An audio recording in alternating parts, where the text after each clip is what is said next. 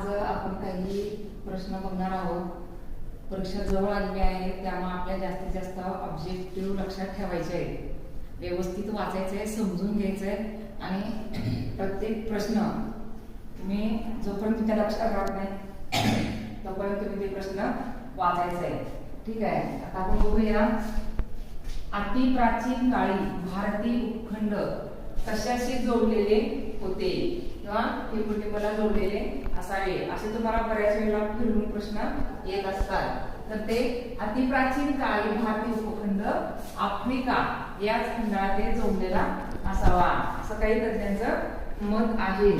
दुसरा प्रश्न आहे, पंजाब मधील कोणत्या नदीच्या काठावर हत्यारे सापडली? तर पंजाब मध्ये सोहन नदी आहे. तर सोहन नदीच्या काठावर आपल्याला प्राचीन काळात ते हत्यारे सापडलेली आहेत. म्हणजे आपण म्हणतो की बाबा प्राचीन काळामध्ये जे काही अश्मयुग, पुराणाश्मयुग, नवाश्मयुग या कालखंडामध्ये जे काही हत्यारे आहेत ते भारताला सापडली का? तर सापडलेली आहेत. तर पंजाब मध्ये आपल्याला सोहन नदीच्या काठावर अशी हत्यारे सापडलेली आहेत, तुम्ही लक्षात ठेवायचं आहे. पुराणाश्मयुगात बनविलेल्या ओबड-धोबड दगडी हत्यारांना काय म्हणतात? आपण बघतोय की नवाश्मयुगामध्ये बारीक बारीक हत्यारे झाली, पण इथे आपण काय सांगितले? ओबड धोबड. हे लक्षात ठेवा. ओबड धोबड जे काही दगड आहेत त्यांना सेलियन असं म्हणतात. काय म्हणतात? सेलियन. लक्षात ठेवा, सेलियन म्हणतात त्या दगडाला. दगडी हत्याराला काय म्हणतात? सेलियन. हा, सेलियन असं म्हणतात. लक्षात ठेवायचं. हा प्रश्न तुला अतिशय महत्वाचा आहे बघा. शेतीचा प्रारंभ केव्हा झाला?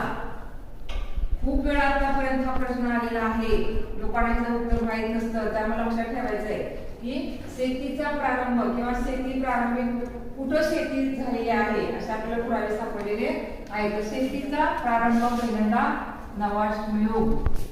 लक्षात ठेवा, नवाश्मयुग येथे शेतीचा प्रारंभ झालेला आहे. पुराणाश्मयुगामध्ये किंवा मध्यश्मयुगामध्ये अजून लोकांना शेती माहिती नव्हती, पण इथं नवाश्मयुगामध्ये मात्र शेतीचा प्रारंभ झालेला आहे. हे बऱ्याच वेळा प्रश्न आला आहे आणि आता एक प्रश्न येईल त्यामध्ये लक्षात ठेवायचं आहे. आता टेराकोटा म्हणजे काय, असा एक प्रश्न तुम्हाला लक्षात आला पाहिजे.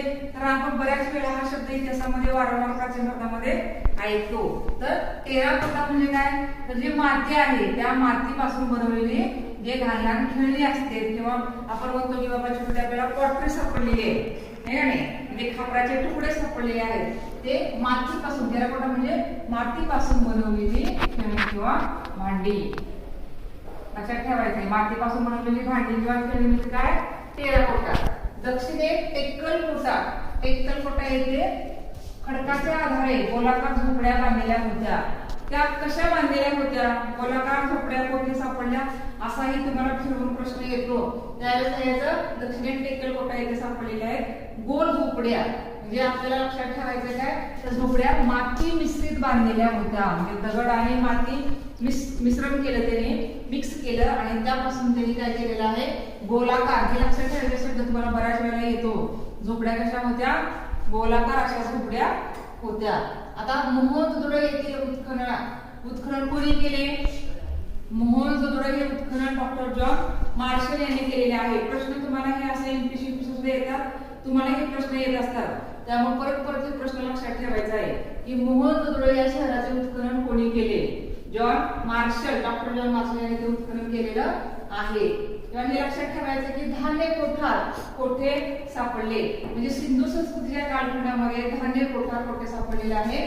हडप्पा या शहरामध्ये धान्य कोठार सापडलेला आहे.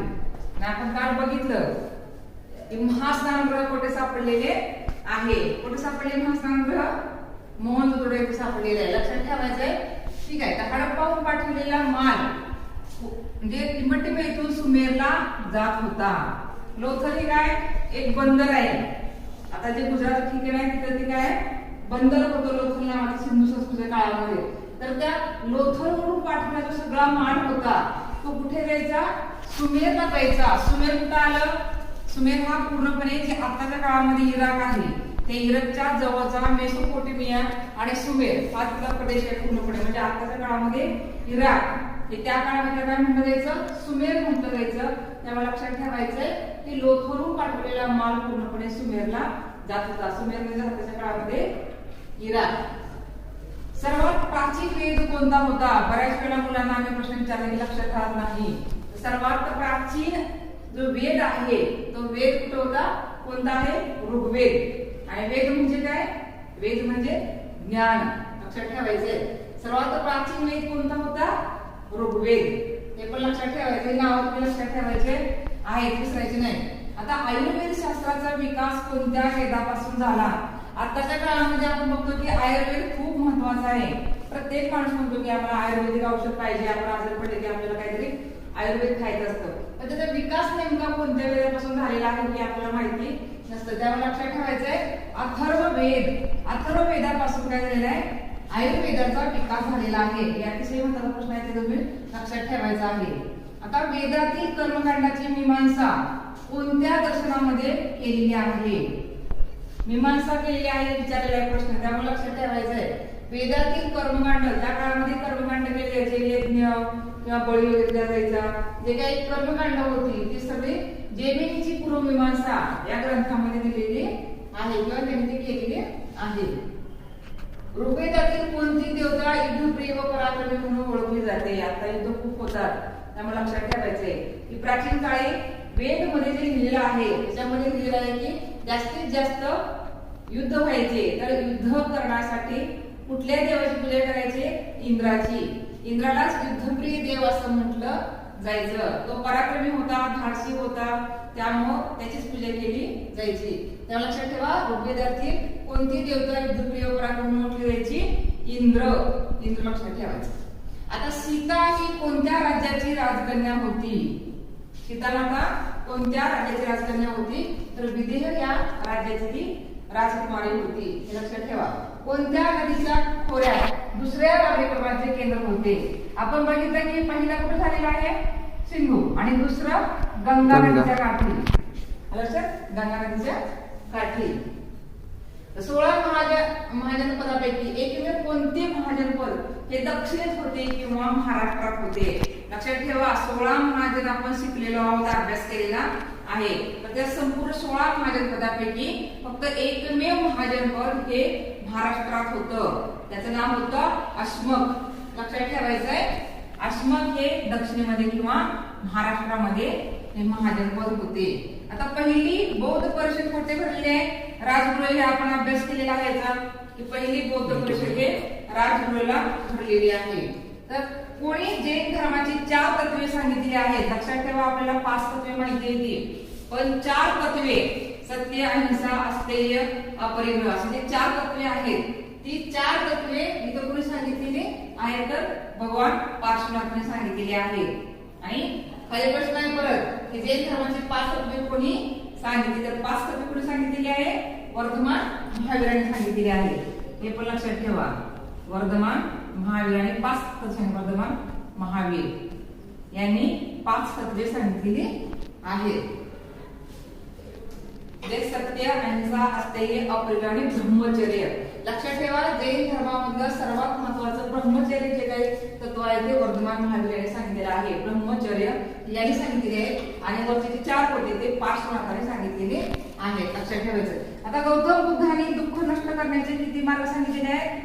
अष्टांग मार्ग म्हणजे 8 मार्ग सांगितले आहेत. ते आपण अभ्यास केलेला आहे. सम्यक स्मृती, सम्यक वाणी सगळं तुम्हाला माहिती आहे. तर असे जवळजवळ 8 मार्ग किंवा अष्टांग मार्ग सांगितलेले आहेत ज्यामुळे दुःख नष्ट होतं. आता त्रिपिटक हे कोणत्या धर्माचा ग्रंथ आहे? त्रिपिटक 3 ग्रंथ अतिशय महत्वाचे आहेत. ते बौद्ध धर्मामध्ये का नाही? विनय पिटक, अतिधर्म पिटक आणि सुप्त पिटक असे 3 त्यांचे जे ग्रंथ आहेत त्याला 3 पिटक किंवा त्रिपिटक असं म्हणतात. तर हे 3 पिटक जे आहेत ते बौद्ध धर्माचे अतिशय महत्वाचे धर्मग्रंथ आहेत. आता विनय पिटक मध्ये काय आहेत? तर बौद्ध भिक्षूंसाठी नियम आहेत. रोज कसं जीवन जगायचं, म्हणजे जे भिक्षुक होते बौद्ध धर्माचे त्यांनी जीवन कसं जगायचं ते संपूर्णपणे नियम कशामध्ये आहेत? तर विनय पिटक या ग्रंथामध्ये दिलेले आहेत. आता भद्रभाऊ कोण होता? ते जैन साधू होते. जे श्रवण होते राज होते. त्यामुळे भद्रभाऊ तुम्हाला माहित आहे. आता जैन धर्माचे सार कशात आहे? तर सगळं काही त्यांचं सार आहे ते त्रिरत्नामध्ये त्यांनी सार सांगितलेलं आहे. ते सगळा अभ्यास केलेला आहे. आपण लक्षात ठेवायचं तुम्ही की जैन धर्माचे सार त्रिरत्नामध्ये आहे. आता जैन धर्माची शिकवण प्रत्यक्षात आचरणात आणण्यासाठी किती प्रतिमा महत्वाच्या आहेत? तर इथं 11 प्रतिमा लक्षात ठेवायच्या आहे. 11 प्रतिमा अतिशय महत्वाच्या अशा जैन धर्मामध्ये सांगितलेल्या आहेत. आपण जवळजवळ काल 25 प्रश्न घेतले आणि आज आपण 25 प्रश्न घेतले. असे आपण जवळजवळ 50 ऑब्जेक्टिव्ह पाहिलेले आहेत. यामध्ये तुम्हाला प्रश्न येत असतात, त्यामुळे चांगला तुम्ही सगळ्यांनी अभ्यास करायचा आहे.